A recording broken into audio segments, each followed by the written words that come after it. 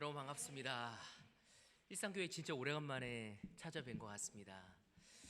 그동안 사실 너무 많은 일들이 있었죠.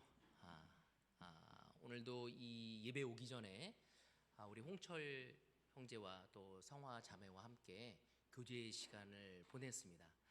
그동안 여러분들이 얼마나 많은 고생을 했고 또 아파했고 또 힘들어한 이야기를 들으면서 사실 너무 마음이 짠했습니다. 하지만 그런 과정 속에서 이렇게 주일날 예배 와서 예배를 드리는 것이 결코 쉬운 것이 아니지만 여러분들의 마음이 하나님을 향하고 또 예수님을 향한 그 마음에 대해서 다시 한번 감사하고 싶고 또 너무 수고하고 있다고 말씀을 드리고 싶습니다. 또한 저는 지금 대구에서 목회를 하고 있습니다.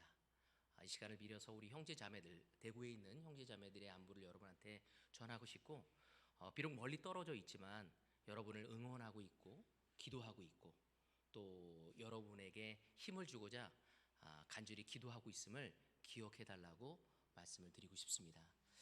또한 목사로서 여러분에게 우선 너무 죄송하다고도 말씀을 드리고 싶습니다. 너무 큰 아픔이었고 또 쉽지 않은 시간, 이러한 상황까지 오게 된 것을 생각할 때 하나님께 너무 죄송스럽고 또 하나님을 믿고 있는 형제 자매들에게도 너무 미안한 마음을 갖게 되어집니다. 오늘 이 시간 함께 말씀을 바라보면서 여러분이 위로받고 격려받고 오늘 이 시점에 우리가 무엇을 해야 할지를 다시 한번 생각해 볼 수 있는 아주 귀한 자리가 되어지기를 바라고 싶습니다. 요 며칠 전에 어떤 한 부부와 함께 시간을 보냈습니다.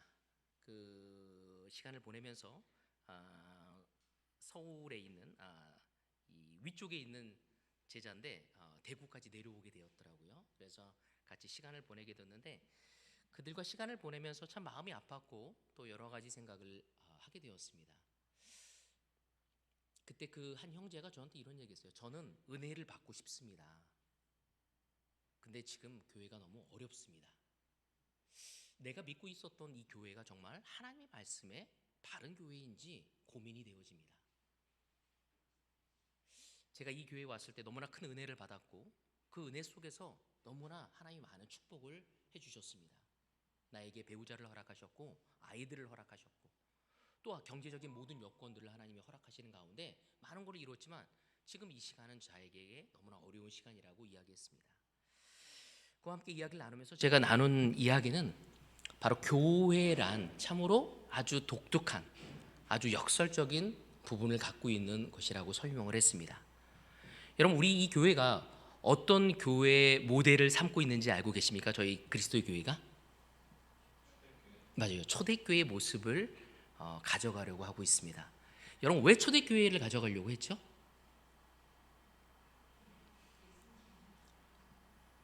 그 이유는 그 초대교회가 말씀의 근거에서 살아가려고 했던 주님을 중심으로 한 교회였기 때문이었죠. 저희 교회 역시도 말씀을 중심으로 한 바로 초대교회의 모습으로 가서 함께 교제하고 복음을 전하고자 하는 교회가 되고자 하는 소망을 갖고 지금까지 오고 있다고 저는 믿습니다. 근데 지금의 모습이 너무나 어려울 수 있습니다. 하지만 여러분, 초대교회 역시도 사실 그 교회가 시간이 가면서 많은 아픔을 겪게 되어집니다. 여러분, 때로는 우리가 한번 생각해봅니다. 이 어려운 시간을 통해서 우리가 믿고 있었던 게 혹시 하나님을 믿는다고 하지만 교회를 우상 숭배하고 있지는 않았는지, 우리는 교회가 아닌 그리스도를 따라갈 수 있어야 합니다. 주님의 말씀이 우리의 기준이 될 수 있어야겠죠. 이런 교회는 굉장히 유기체적인 조직을 가지고 있습니다. 그 교회는 잘 지낼 때도 있고요, 어려운 시간을 보낼 때도 있고 갈등의 시간도 보낼 수 있습니다. 하지만 그 시간을 통해서 교회가 성장되어지고 하나님께 영광을 돌리게 되어지고 또 발전하게 되어지는 것입니다. 저는 개인적으로 이 교회가 지금 갈등의 시간, 어려운 시간을 보내고 있지만 이런 시간 또한 우리가 감내해야 하고 이런 시간을 통해 더 주님께 가서 이 교회가 더 견고해지고 더 성숙해지고 깊어지고 발전해야 한다고 생각이 되어집니다. 여러분 마음속에 지금 겪고 있는 이 시련이 그냥 어려운 것으로만 치부하는 것이 아니라 이 시간을 통해 더 하나님의 것을 바르게 세울 수 있는 아주 귀한 자리가 되어지기를 바라고 싶습니다. 그래서 앞으로 가야 할 시간 또한 결코 쉽지는 않겠지만, 여러분, 초대교회 역사는 결코 쉬운 역사가 아니었습니다. 그 교회가 바로 기독교가 공인이 되기까지 300년 동안 엄청난 많은 시련과 갈등 속에서 발전하였고, 그것이 끝내는 전 세계에 복음을 전할 수 있는 길을 만들 수 있는 힘과 내력을 만들었던 것처럼, 저희 교회 역시도 이런 시간을 통해 하나의 방법으로 해결해 가면서 우리가 더 깊어지고 성숙해지고 진정으로 하나님만을 바라볼 수 있는 교회가 되어지기를 저는 바라고 싶습니다. 그런 마음으로 저는 오늘 주제를 보라, 그 왜 안 보이죠? 첫 번째 우리 PPT가 뭐였냐면요, 보라 내가 새 일을 행하겠다입니다. 여러분, 저희 교회 주제이지 않습니까? 그죠? 요 주제가 사실은 그냥 이루어진 것이 아니라 기도하면서 하나님이 어려운 시간을 통해서 무엇을 이루려고 이런 어려움을 주셨는지, 바로 그것은 새 일을 이루기 위해서 우리에게 허락하신 것입니다. 바로 이러한 시간은 하나님께서 손수 움직이셨고, 또 이 시간을 통해 우리를 더 나은 방향으로 인도하시기 위한 과정임을 우리는 생각할 수 있어야 합니다. 이사야서 43장 19절의 내용을 갖고 우리가 이 주제를 정했습니다. 제가 그 일산에 설교하러 오게 되었을 때 한 형제와 또 일산에 있는 형제와 시간을 보내면서 어떤 말씀을 나눴으면 좋겠습니까? 라고 물어봤습니다. 그때 비전, 꿈에 대해서 나눴으면 좋겠다. 우리가 주님 안에서 꿈을 꾸는 건 너무나 중요한 거죠. 바로 이스라엘 민족이 바로 아시리아의, 또 바벨론의, 페르시아의, 또한 정말 그 그리스의, 그리고 로마의 식민지 생활을 하면서도 하나님의 사람들은 끊임없이 주님 안에서 꿈을 꾸고 비전을 가져갈 수 있어야 합니다. 지금 대한민국 교회, 특별히 일산 제자 그리스도 교회가 해야 할 것이 무엇인지 이 어려운 시간을 겪어가며 또 감내하며 또한 견고히 만들어가는 과정 속에서 우리는 새로운 꿈과 비전을 만들어갈 수 있어야 합니다. 근데 이 비전은 다름 아닌 그리스도를 중심으로 통해 우리는 꿈과 비전을 만들어가야 합니다. 여러분은 어떠한 꿈을 꾸고 있습니까? 여러분, 우리가 예수님을 바라보지 않는다면 결코 우리는 예수님의 꿈을 가져갈 수 없습니다. 사탄은 우리의 마음을 어수선하게 만들어서 예수님을 바라보지 않게 하려고 노력을 부단히도 하고 있습니다. 어쩌면 오늘 이 예배를 보는 가운데서도 예수님을 바라보기보다는 내 마음에 어수선할 수 있는 거죠. 내 상처와 내가 지금 해결해야 할 것들에 압도되어서 우리는 분주하게 되어지고 우리의 마음이 어지러울 수 있습니다. 또한 이 어려운 시간에는 우리의 감정이 낙담이 되어질 수가 있고, 또한 우리 마음속에 상처를 받았기에 예수님을 생각하고 예수의 마음을 헤아리기보다는 내가 이루고자 하고 내가 해야 할 그 아젠다, 내가 해야 할 그 안건에 더 빠지기 쉬운 시간일 수 있는 것입니다. 바로 그렇게 오늘 이 예배를 드리면서 우리는 바로 예수님을 바라봐야 합니다. 예수님만을 바라보는 것은 굉장히 중요하고 아주 좋은 것입니다. 저희 대구교회뿐만 아니라 이 대한민국에 있는 모든 그리스도 교회가 이 시간, 이 시점에 가장 중요한 것은 우리의 마음을, 우리의 눈을 예수님에게 초점을 맞출 때 우리는 꿈을 꿀 수 있고 새로운 곳을 향해 나아갈 수 있으리라 저는 믿습니다. 그래서 오늘 저의 첫 번째 포인트는 예수님의 사랑입니다. 여러분, 예수님의 사랑, 하나님의 사랑이 우리의 삶의 동기가 될 수 있어야 합니다. 우리가 제자의 삶의 가장 큰 동기는 무엇인지 다름 아닌 상처나 내 개인적인 영광이 아니라 바로 그리스도의 사랑이 우리에게 동기가 되는 것이 너무나 중요합니다. 예수님이 그 사랑이라고 성경은 우리에게 이야기하셨습니다.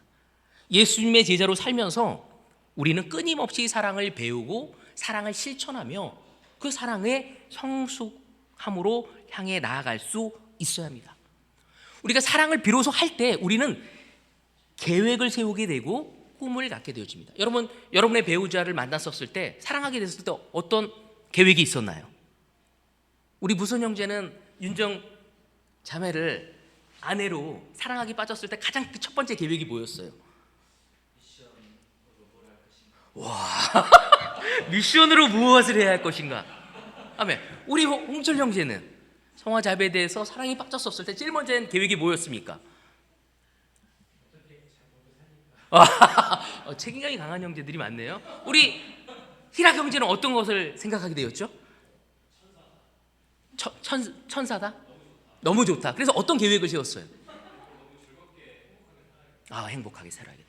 저는 제 아내하고 사랑에 빠졌을 때 내가 진짜 내 아내와 빨리 약혼을 해야겠다. 내가 이 자매와 약혼을 해서 정말 하나님께 영광을 돌릴 수 있는 가정을 만들어야겠다. 그 약혼이 그냥 이루어지는 것이 아니거든요. 사실은 많은 노력이 필요하고 계획이 필요합니다. 가정을 이루기까지 우리가 사랑하게 되면 거기에 꿈을 갖게 되고 계획을 가져가게, 이거는 자연스러운 것이라는 거죠. 우리가 주님의 제자라면 꿈과 비전을 갖는 것은 너무 당연한 것이죠. 왜? 사랑이 빠진다면 우리는 종교적인 삶에 지나지 않을 것입니다. 잘못된 것을 고치는 수동적인 삶에 불과하게 될 것이죠. 하지만 우리가 하나님의 사랑에 빠지게 된다면 우리는 꿈을 갖게 될 것이고, 그 꿈을 이루기 위해 우리는 선한 계획을 만들 수밖에 없을 것입니다. 바로 그러기에 예수님은 우리를 사랑하셨고 우리에 대한 계획을 가지고 계셨던 것입니다. 하나님은 우리를 사랑하셨기에 계획이 있으셨고 예수님을 이 땅에 내려 보내실 수 있었던 것입니다. 여러분, 그분은 우리를 그냥 사랑한 것이 아니라 무척 너무나 많이 사랑하셨습니다. 저희 대국교회가 이번에 건물을 하나 구입했습니다. 그래서 지난주 화요일 날에 이사를 했습니다. 그래서 오늘 첫 예배였어요. 근데 제가 혹시 일산이 더 중요하다, 모든 형제자매들이 가라, 그래서 제가 이곳에 오게 됐는데, 지금 외부에 페인트 칠하고 또 내부에도 막 손질하고 못질을 하고 청소를 하고 모든 형제자매들이 가서 돕고 있습니다. 너무나 많은 것들을 해가고 있죠. 근데 저 또한 많은 것들을 준비하면서 제 서재를 막 뒤지다 보니까, 사무실에 서재를 막 뒤지다 보니까 뭐가 발견했냐면 책을 두 권을 발견했어요. 우리 아들이 처음 태어날 때쯤에 제가 읽어야 할 책을 하나 선택했습니다. 아들을 키우는 아버지가 읽어야 할 책이라는 제목으로 있는 책이 있었어요. 그 책을 읽었고, 또 딸이 태어나면서 딸을 키우는 아버지가 읽어야 할 책이라는 책이 있었어요. 그걸 제가 다 읽었어요. 근데 제가 그걸 보면서 뭐였냐면 웃었어요. 제가 그걸 보면서 뭐였냐면, 내가 우리 아들과 딸이 태어나기 전에 너무 사랑하기 때문에 그들을 위해서 준비해야겠다고 생각했어요. 우리 아들이 태어나기 전에 준비할 것들 많았고 우리 딸이 태어나기 전에 내가 너무나 실수투성이고 부족하고 너무 정말 부족한 게 많은 아빠인데도 불구하고 제 아들과 딸을 키우기 위해 많은 것을 준비해야만 했습니다. 근데 우리의 주님은 저보다 완전히 완벽하죠. 비교의 대상이 되시지 않은 분이죠. 그분이 우리를 사랑하기 위해서 너무나 많은 것들을 준비하셨고 그 대가를 치르시면서 우리를 이 자리에 불러 모았다는 것을 우리는 잊어서는 안 되는 것입니다. 우리가 이 자리에 앉아 있는 것이 그냥 이루어진 것이 아니라 그분의 계획이셨고 그분의 헌신이었고 그분의 완벽한 계획 속에서 이루어졌음을 우리는 알아야 합니다. 이와 같이 하나님은 우리를 정말 사랑하십니다. 너무나 사랑하십니다. 우리가 이것을 알 때 우리는 비로소 그 주님 안에서 안정감을 갖고 용기를 가질 수 있고 주님의 꿈을 향해 나아갈 수 있게 되는 것입니다. 주님의 꿈을, 주님의 사랑을 받지 못하는 사람이 꾸었었을 때 종교적이고 오히려 하면서 힘들어질 수밖에 없습니다.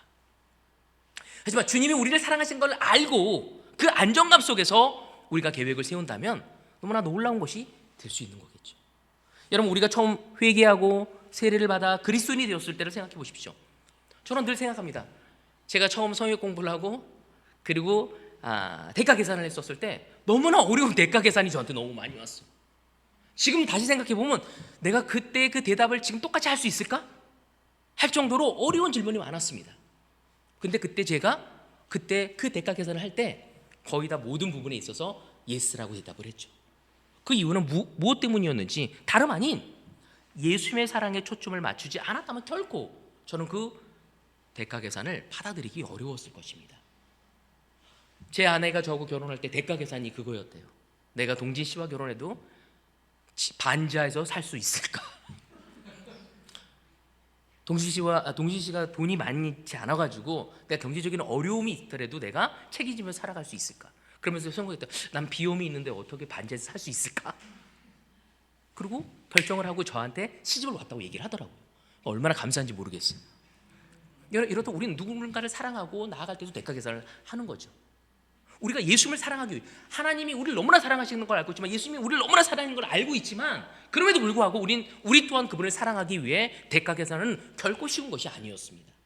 하지만 우리가 용기를 낼 수 있었던 것은, 바로 기꺼이 대가 계산을 하고 용기를 낼 수 있었던 것은 예수님의 사랑을 알고 있었기 때문에 우리는 결정할 수 있었던 것입니다.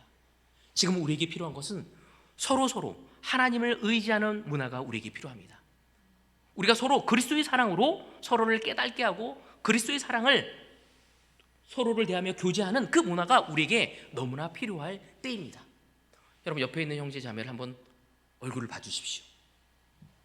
그리고 밝게 웃으면서 사랑한다고 한번 나눠주십시오. 사랑합니다라고 나눠주십시오. 아멘. 사랑합니다. 여러분, 이것이 너무나 중요한 거라는 거죠. 우리가 예배를 드리는 가장 기본은 우리가 주님의 사랑을 깨닫고 우리가 주님을 사랑하겠다는 걸 결정 속에서 그 방법으로 서로를 사랑해 나가는 것이 예배고 제자의 삶이고 그리스도의 삶이 되어지는 것입니다. 함께 고린도후서 5장 14절 같이 보도록 하겠습니다. 고린도후서 5장 14절입니다. 그리스도의 사랑이 우리를 휘어잡았습니다. 우리가 확신하기로는 한 사람이 모든 사람을 위하여 죽으셨으니 모든 사람이 죽은 셈입니다. 아멘. 저는 이 구절을 보면서 저 스스로를 한번 생각해 봤습니다. 나는 무엇에 휘어잡혔나? 오늘 여러분은 무엇에 휘어잡혔습니까? 저는 한동안 너무 문제에 휘어잡혔습니다. 제 상처에 너무나 휘어잡혔습니다. 하지만 바울은 이 고린도 교회의 이야기를 하면서 그리스도의 사랑이 우리를 휘어잡았음을 이야기하고 있습니다. 여러분, 그 그리스도의 사랑이 무엇일까요? 바로 그것은 십자가입니다. 우리 모든 제자들의 정체성이라고 얘기할 수 있는 그 십자가. 그 십자가는 무조건 사랑을 표현하고 있고 바로 희생 제물이고 죄의 용서고 하나님의 사랑인 것입니다. 우리가 아무리 오래된 제자라고 할지라도 이 십자가의 메시지를 다 이해할 수 없습니다. 그 깊이와 그 넓이를 측정하기는 불가능합니다. 바로 예수님의 십자가는 구약과 신약을 서로 연결하고 성경과 기독교의 가장 중심이자 핵심이고 우리 모든 제자들이 이 제자의 삶을 살아가는 데 있어서 가장 큰 동기가 되어지는 것이 바로 예수님의 십자가임을 우리는 알고 있습니다. 오늘 여러분은 무엇에 휘어잡혔습니까? 십자가는 하나님의 사랑의 전달이고 하나님이 우리를 사랑하시는 증거이고 십자가는 바로 하나님의 예언의 성취입니다. 동시에 또 십자가는 한 인간으로서 가장 심한 고통, 수치심을 느끼는 모욕적이고 너무나 큰 고통을 안긴 것입니다. 정신적으로, 육체적으로, 감정적으로 영적 고통을 상징하는 것이 바로 십자가죠. 그 십자가는 한 개인의 모욕과 창피함과 불공평을 무릅쓰고 우리에 대한 사랑의 표현이라고 이야기하는 것이 바로 십자가입니다. 우리가 그것을 이해하지 않을 때 우리는 한 개인으로, 하나님의 사람으로서 한 개인으로 올바로 그분을 따라가고 그분께 영광을 돌리는 삶을 살기가 어려울 수밖에 없습니다. 이 세상은 우리가 십자가를 이해하기를 원하지 않습니다. 이 세상은 십자가가 우리에게 불편한 것이 되어지기를 원하고 있는 것입니다. 같이 고린도전서 1장 18절 24절 같이 보도록 하겠습니다. 십자가의 말씀이 멸망하는 자들에게는 어리석은 것이지만 구원을 받은 사람인 우리에게는 하나님의 능력입니다. 성경에 기록하기를 내가 지혜로운 자들의 지혜를 멸하고 총명한 자들의 총명을 폐할 것이다 하였습니다. 현자가 어디 있습니까? 학자가 어디 있습니까? 이 세상에 변론가가 어디에 있습니까? 하나님께서는 이 세상의 지혜를 어리석게 하신 것이 아닙니까? 이 세상은 그 지혜로 하나님을 알지 못하였습니다. 하나님의 지혜가 그렇게 되도록 한 것입니다. 하나님께서는 어리석게 들리는 설교를 통하여 믿는 사람들을 구원하시기를 기뻐하신 것입니다. 유대 사람들은 기적을 요구하고 그리스 사람은 지혜를 찾으나 우리는 십자가에 달리신 그리스도를 전합니다. 그리스도가 십자가에 달리셨다는 것은 유대 사람에게는 꺼리낌이고 이방 사람에게는 어리석은 일입니다. 그러나 부르심을 받은 사람에게는 유대 사람에게나 그리스 사람에게나 이 그리스도는 하나님의 능력이요 하나님의 지혜입니다. 바울은 너무나 놀라운 말씀을 이 고린도 교회, 아니 우리에게 지금 나누고 있는 것입니다. 오늘 이 시간 우리는 십자가에 대해 완전히 이해하기도 힘들고 또한 감히 제가 오늘 이 시간을 통해 그 십자가를 전부 다 설명할 수 없을 것입니다. 하지만 한 가지 분명한 것은 이 십자가, 예수님의 그 십자가의 메시지를 하나님께서 이 일산 제자 그리스도의 교회 우리 모두에게 올바로 진정으로 전달되어지기를 소망하실 것입니다. 21절에 보면 하나님께서는 어리석게 들리는 설교를 통하여 믿는 사람을 구원하시기를 기뻐하신다고 이야기하고 있습니다. 오늘 이 시간 여러분은 어떠한 유형의 사람이 되어가고 있습니까? 제자의 삶을 살아가면서 저는 개인적으로 이 십자가를 생각하면서 내가 어떤 사람인가 마치 유대 사람을 닮아가고 있음을 보게 됩니다. 유대 사람들은 십자가보다는 기적을 요구했다고 합니다. 저는 올 한 해를 생각할 때도 너무나 많은 기도 리스트가 있었습니다. 그거는 기적이 있어야지만 이루어질 수 있는 것이었어요. 능력을 요구했던 것이었죠. 결과를 요구했던 것입니다.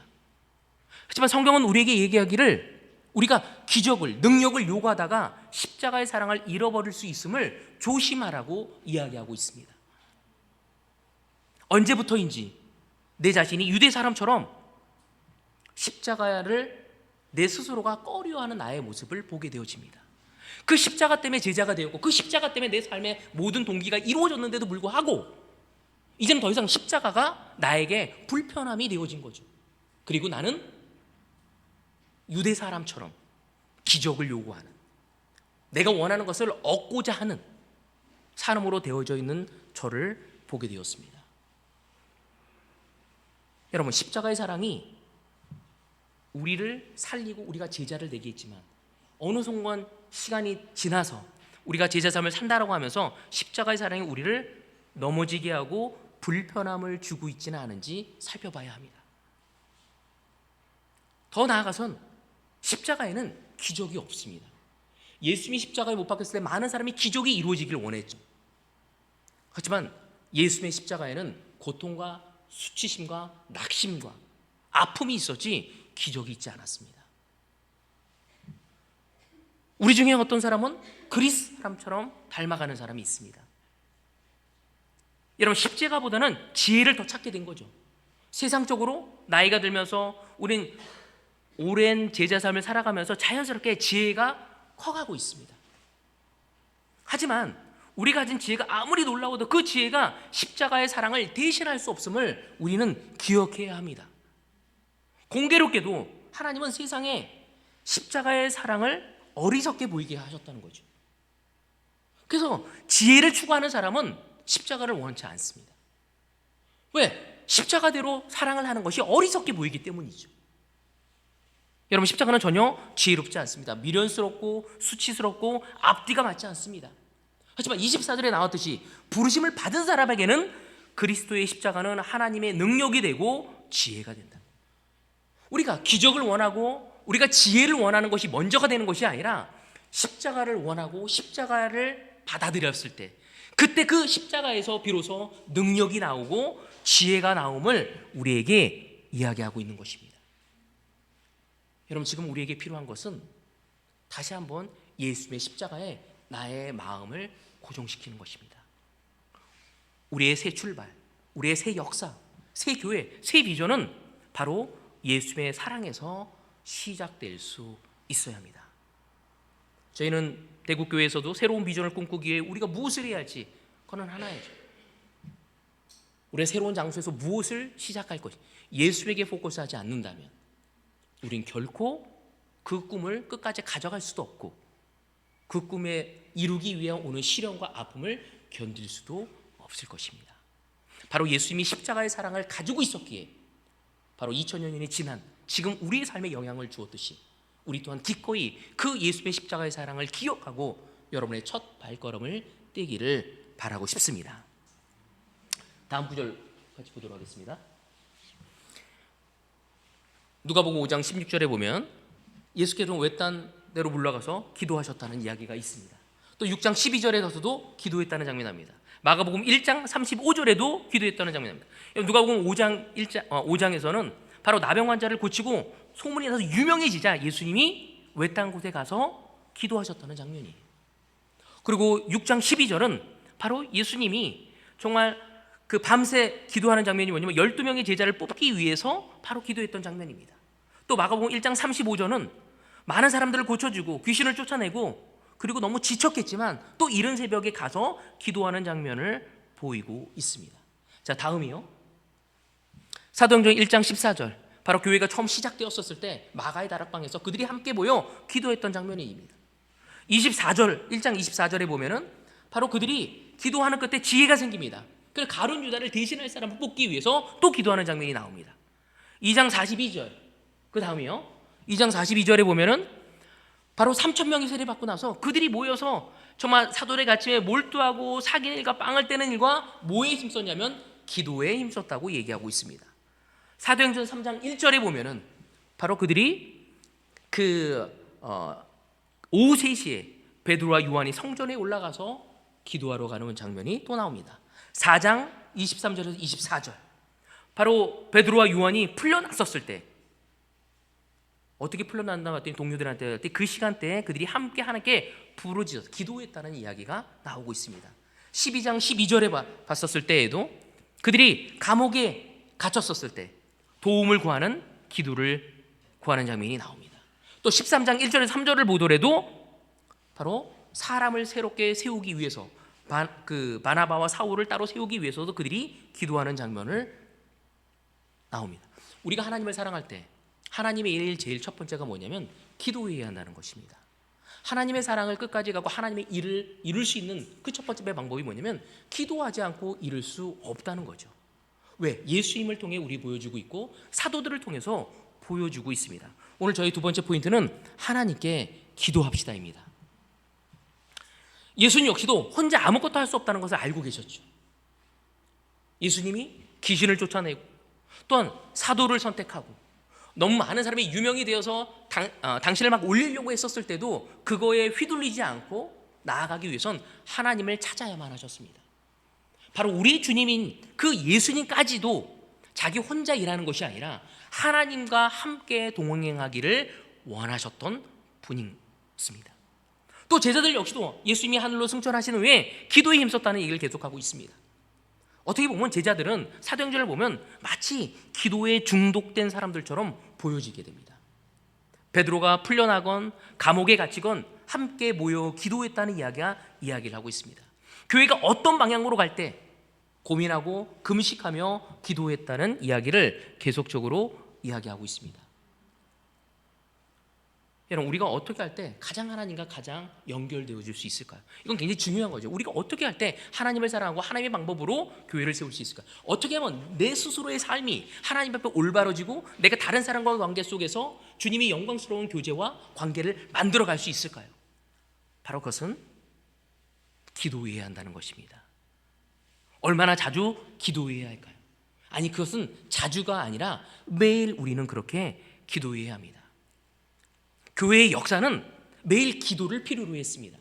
내 개인적인 삶의 변화는 매일 기도가 이루어질 때만이 내 삶의 변화와 성장과 성숙을 가져갈 수 있는 것입니다.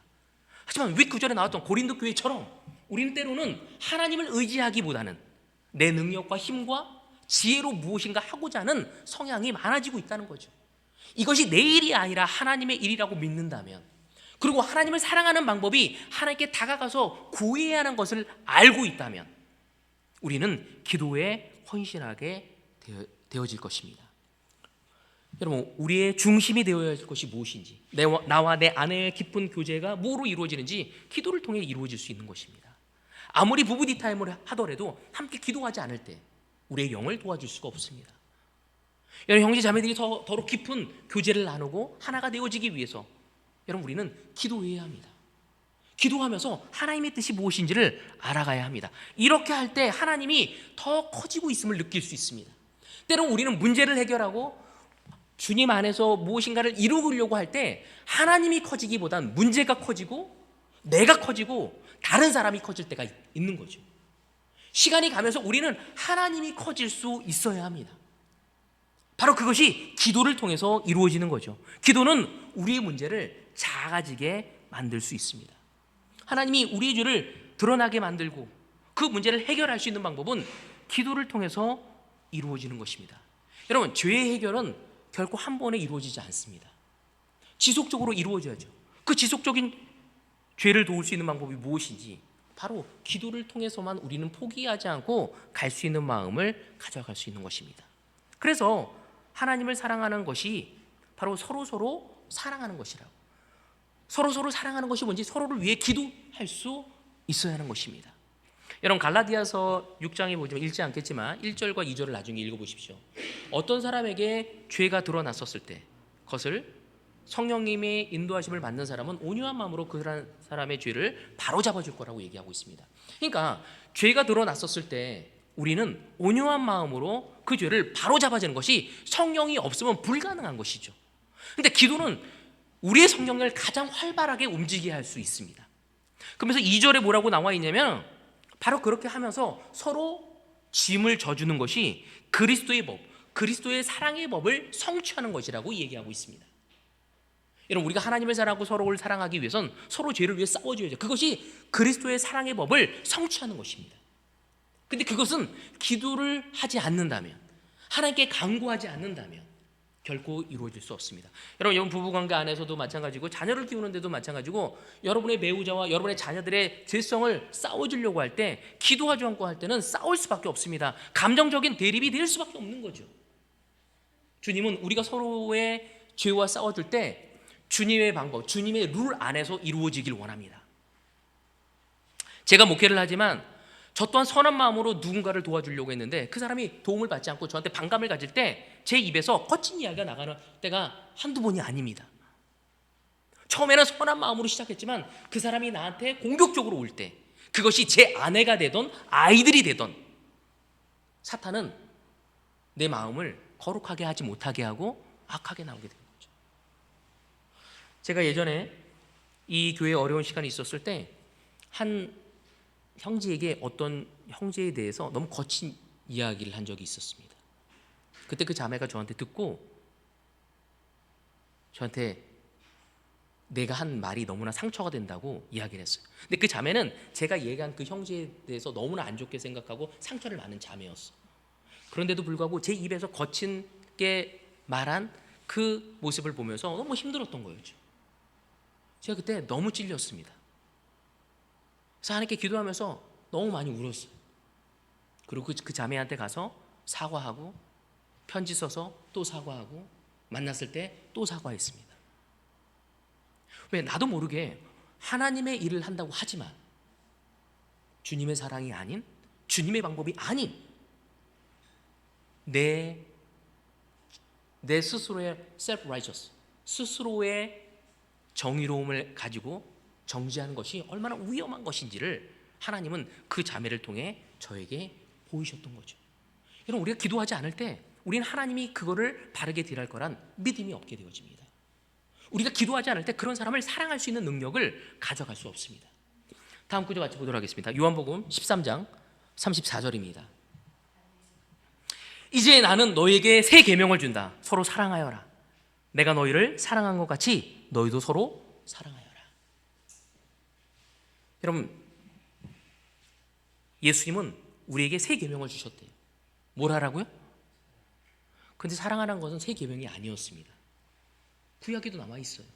근데 왜 새 계명이냐면 내가 너희를 사랑한 것처럼 너희도 서로 사랑하라고 나왔기 때문이죠. 사랑하라는 것은 새 계명이 아니었습니다. 그렇죠? 왜 그것이 새로운 계명이 되냐면 예수님이 사랑한 것처럼 사랑해야 하는 것이 새 계명이 되어진 거죠. 사탄은 교회가 서로 사랑하게 될 때 그 힘이 얼마나 놀라운지를 알고 있기 때문에 서로 사랑하지 않기를 방해합니다. 여러분, 오래된 교회일수록 죄가 많습니다. 오래된 교회일수록 죄가 없는 게 아니라 오래된수록 죄가 많습니다. 여러분, 여러분의 배우자를 생각해 보십시오. 처음과 지금을 살 때 어느 때가 더 죄가 많습니까? 조심히 대답을 해야겠죠. 지금이 훨씬 더 죄가 많을 겁니다. 알게 되면 알게 될수록 더 많은 죄가 있죠. 그러기에 우린 더욱더 주님을 우리의 중심에 두지 않는다면 더 이상 사랑하기를 거부하게 될 것입니다. 예수님은 우리가 예수님의 방법으로 해결하길 원합니다. 하나님의 방법으로 해결하기 원합니다. 어느 순간부터 우리는 서로 수근수근 됩니다. 왜? 예수의 방법은 가서 직접 이야기하길 원합니다. 사랑하는 마음으로. 77번을 하더라도 우리는 그렇게 해야 한다고 얘기하고 있습니다. 때로는 기도하지 않을 때, 하나님께 가깝지 않을 때 그것이 효율적이라고 생각하지 않습니다. 효과적이지 않다고 생각합니다. 주님의 방법은 효과적이지도 않고 효율적으로 설명할 수 있는 부분이 아닙니다. 주님은 우리의 마음이 그 일을 처리하다가 버림을 받지 않기를 원합니다. 우리가 올바로 주님 앞에 세워지기를 원합니다. 우리가 예수님처럼 사랑하지 않는 것이 바로 죄라는 것을 우리는 알아야죠. 그러니까 음란한 죄를 짓고 누구에게 속임을 하고 사기를 치고 누구를 때리고 눈에 보이는 죄가 아닌 사랑하지 않는 것이 죄라는 것을 성경은 우리에게 이야기하고 있습니다. 우리의 싸움이 누구와 싸움인지 우리는 알고 시작하는 것이 중요합니다. 때로는 내 아내와 부딪힘이 있었을 때 아내와 싸움이 아니라 사탄과의 싸움임을 우리는 알아야 합니다. 내 옆에와 형제와 갈등이 생기고 어려움이 생겼었을 때 그것이 내 옆에 있는 형제와의 싸움이 아닌 눈에 보이지 않는 영과의 싸움임을 우리는 이해해야 합니다. 사탄은 우리를 싸우기 위해 어떠한 전력과 전술을 가지고 올 것인지 우리는 생각해야 합니다. 사탄의 전술과 전력은 모두 뭘 사용하냐면 내 가까운 사람들을 사용합니다. 내가 믿었던 사람들을 사용합니다. 그래서 제가 어느 날 책을 읽었는데 그 책에서 기독교인을 비둘기라고 비유했어요. 비둘기 하면 여러분 뭘 생각합니까? 평화의 상징이잖아요. 근데 실제로는 평화가 아니래요. 비둘기는 서로 싸우면 죽을 때까지 공격한대요. 기독교인들이 배신을 않기 때문에 부부가 한번 싸워서 갈라지면 괜히 무서워지잖아요. 그것처럼 교회 내에서도 마음을 줬기 때문에 상처를 받으면 너무너무 힘들어지는 거죠. 우리는 하나님을 트러스트해야 합니다. 하나님이 바르게 할 것을 믿어야 합니다.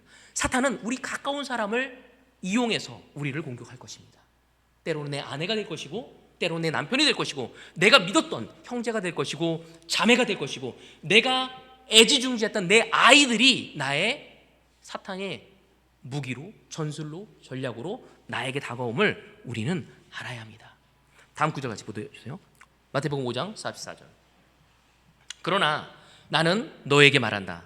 너희 원수를 사랑하고 너희를 박해하는 사람을 위하여 기도하여라. 왜 예수님이 이 마태복음 5장에 이 말씀을 하셨을까요? 저는 처음에 이 구절을 읽었을 때 별로 눈에 들어오지 않았습니다. 왜? 제자가 처음 됐을 땐 원수가 없었으니까요. 원수가 생길 거라고 생각하지도 않았습니다. 하지만 제자 삶을 33년을 넘게 살아오면서 원수가 생겼습니다. 원수라고 인정하고 싶지 않지만 원수가 어떤 사람입니까? 미움이 생기고 불편하고 피하고 싶고 보복하고 싶은 사람이 원수 아니겠습니까? 우리가 제자로 살면 성경은 예수님은 얘기해서 원수가 생길 수밖에 없다는 거죠. 우리가 하나님 말씀대로 살아가는 것을 방해하고 우리를 괴롭힐 원수가 있다는 것입니다. 여러분, 예전에 우리를 원수가 생겼으면 우리는 어떻게 했죠? 단절하고 잘라버리고 피하고 보복했습니다. 저는 특별히 보복을 아주 좋아했어요. 학교 다닐 때도 저하고 싸움한 사람은 저한테 늘 보복을 당했습니다. 웬만하면 저하고 싸움을 안 하려고 했어. 하지만 예수님은 보복하기를 원하지 않아요. 왜? 보복은 나의 것이라고. 원수 갚는 것은 나의 것이라고 이야기하고 있습니다. 교회가 이렇게 되고 장로님이 저한테 이야기했습니다. 미국에 있는 그 말거 없던 장로님이 이제는 다른 쪽에 있는 사람을 데려오려고 하지도 말라고. 너희들이 서로 사랑하고 기뻐하고 복음을 전하라고. 그때 그들이 보고 따라올 것이라고. 그들에게 더 이상 설득하려고 하지 말라고. 듣고자 했다면 들었을 것이라고. 이제는 너희들이 예수님의 제자로서 사랑하고 기뻐하고 격려하고 위로하고 도와주며 가는 모습이 필요할 때라고 저에게 얘기했습니다. 듣기는 좋았지만 실천이 너무 어려웠어. 너무 많은 갈등이 생겼습니다. 그것을 할 수 있는 방법은 기도밖에 없습니다. 오늘 이 시간 하나님은 이 제자, 일산 제자 그리스도의 모든 형제 자매들이 다시 한번 꿈을 갖고 다시 한번 예수님을 바라보고 가기를 원하실 것입니다. 처음 우리가 예수님을 알았던 그 시간, 하나님이 내 삶에 얼마나 놀라운 역사를 이루셨던 그 하나님을 기억하고 다시 한번 겸손함으로 가기를 원합니다. 우리는 성장해야 합니다. 우리에게 원수가 올 때 그들을 사랑하고 그들을 위해 기도할 수 있도록 우리는 성장해야 합니다.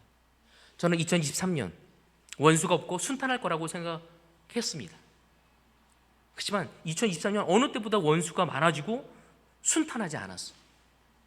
사탄은 우리에게 다양한 방법으로 다가올 것입니다. 여러분, 이것이 해결하게 되면 또 저 문제가 올 것입니다. 이 문제가 해결되는데 또 저 문제가 올 것입니다. 이 원수하고 해결했는데 또 저 원수가 생길 것입니다. 제자의 삶에는 끊임없이 주님을 신뢰하지 않고 주님을 떠나게 하기 위한 수많은 reason, 이유들을 우리에게 던질 것입니다. 우리가 준비해야 할 것은 원수가 오지 않기를 원하는 것이 아니라, 바라는 것이 아니라, 원수가 오더라도 어떻게 이겨낼 수 있는지 바로 기도하면서 주님께 지혜를 얻고 예수님의 사랑을 실천할 수 있는 용기를 얻으며 나아갈 수 있는 우리가 되어야 합니다. 우리 가운데 교회에 나오고 헌금도 하고 성경도 읽고 교제도 하지만 하나님이 진정 우리에게 주고자 하는 것을 상실할 수 있음을 우리는 알아야 합니다. 세상은 우리가 변하기 전에는 절대 변하지 않습니다. 이 교회가 변하기 위해서는 내가 바뀌어야 합니다. 내 사랑, 내 믿음, 내 열정, 내 겸손, 그것이 바뀌지 않는다면 여러분, 이 교회는 누군가에 의해서 변하지 않고 나를 통해서 하나님은 역사하고 싶어 하십니다. 환경이, 세상이 우리를 변화시키는 것이 아니라 우리가 세상을 변화시키고 우리가 내 주변에 있는 사람들에게 영향을 줄 수 있는 존재임을 알아야 합니다. 우리가 약해지면 약해질수록 세상은 더 악해질 것입니다. 그렇게 약해진 세상이, 악해진 세상이 우리를 더 약하게 만들 것입니다. 그런 악순환을 사탄은 우리에게 계속적으로 던질 것입니다. 그래서 바울은 이야기합니다. 사랑은 결코 실패하지 않는다. 왜 이야기할까요? 사랑하다가 실패했다고 느꼈기 때문이죠. 사랑을 하다가 상처를 받았기 때문입니다. 사랑하다가 지쳤기 때문입니다. 그래서 바울은 또 얘기합니다. 포기하지 말라고, 선한 일을 하다 낙심하지 말라고, 때가 되었을 때 하나님이 이루실 것이라고 이야기하고 있습니다. 하나님은 우리의 사랑을 기억하십니다. 때로는 내 아내는 내 사랑을 기억하지 못할 수도 있습니다. 내 남편은 나의 헌신을 기억하지 못할 수도 있습니다. 내 아이들은 내 헌신과 내 사랑을 기억하지 못할 수도 있습니다. 내 주변에 있는 형제자매들은 내가 얼마만큼 기도하고 간절했는지를 알아주지 못할 수 있습니다. 마지막 구절, 히브리서 6장입니다. 6장 10절. 하나님은 불의하신 분이 아니므로 여러분의 행위와 여러분이 하나님의 이름을 위하여 나타낸 사랑을 잊지 않으십니다. 여러분은 성도들을 섬겼으며 또 지금도 섬기고 있습니다. 히브리서 기자는 제자들에게 이런 이야기를 하고 있습니다. 하나님은 우리의 수고를 잊지 않으신다. 여러분이 한 수고, 여러분이 한 사랑, 여러분이 한 헌신, 그 모든 것을 기억하신다고 하고 있습니다. 때론 내가 있는 지금 상황 속에 내 헌신과 내 사랑과 내 고생이 눈에 보이지 않는다 할지라도 하나님은 보고 있음을 우리는 알아야 합니다. 우리의 동기는 예수님의 십자가가 동기가 되어져야 하고, 예수님의 십자가가 동기가 되어지는 사람은 바로 기도를 통해 우리의 미션을 이루어 나갈 것입니다. 지금 우리가 새로운 비전과 꿈을, 희망을 가져가기 위해 우린 다시 한번 예수님의 사랑에 우리의 마음을 두고 하나님께 기도하고 겸손히 나아가야 합니다. 결코 이 시간이 쉬운 시간이 아님을 인정합니다. 또 여러분을 위로하고 싶습니다. 저 또한 너무나 어렵고 힘듭니다. 그렇지만 주님은 이 시간 우리를 붙들고 계시고 우리를 응원하고 계시고, 우리가 용기를 잃지 않고 다시 한번 주님의 사랑을 서로에게 실천하며 사랑에 있어서 성숙되어지기를 원하실 것입니다. 형제자매 여러분, 함께 주님의 영광을 향해 나가기를 바라면서 오늘 말씀을 여기서 마치도록 하겠습니다.